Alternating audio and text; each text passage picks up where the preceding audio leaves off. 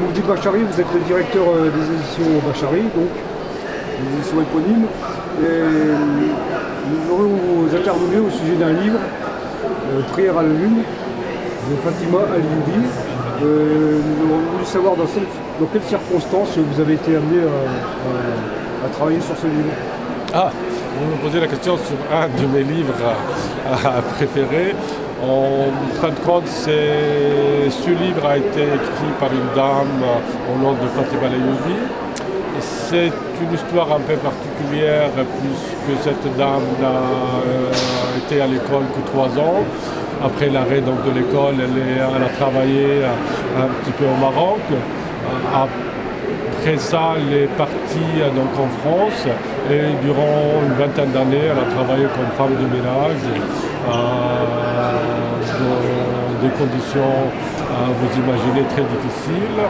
Jusqu'au jour où elle tombe malade à l'âge de 52 ans. Et suite à cette maladie et cet arrêt de travail, elle a commencé à écrire ce livre. Bien sûr, elle n'a jamais pensé être publiée, elle ne connaissait pas le monde de l'édition ni du livre. Et quand elle a terminé son manuscrit, elle l'a montré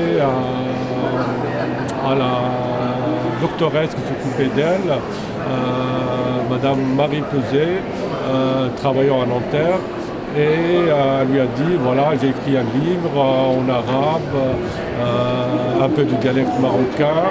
Elle lui a expliqué un petit peu sa démarche et elle lui a proposé de le traduire. Ça a duré 6 mois ou 8 mois pour traduire le livre. Et elle lui a conseillé de venir au Salon du Livre de Paris pour le proposer à des éditeurs. Bien sûr, elle n'a jamais été dans un salon, alors elle arrivait avec dans un petit sachet quelques feuillets de son livre traduit. Et elle nous propose ce manuscrit comme elle a proposé à d'autres stands. J'ai lu cet écrit le soir même en rentrant chez moi. Et là j'étais étonné. Je me suis dit, ce manuscrit il a quelque chose d'un peu spécial que je n'arrivais pas à définir. Je l'ai relu arrivant chez moi. Et donc le lendemain, je l'ai appelé pour lui dire, écoutez, je vous fais un contrat d'édition. Et une semaine après, on a signé le contrat. Et c'est comme ça qu'on a publié ce livre. 2 semaines après, Le Monde a écrit un article sur elle avec sa photo, une page entière du Monde.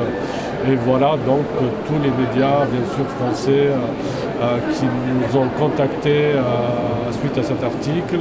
Et elle s'est retrouvée tout d'un coup sous les lumières, invitée par une bonne partie des radios de France, ainsi que des interviews, des articles dans des revues.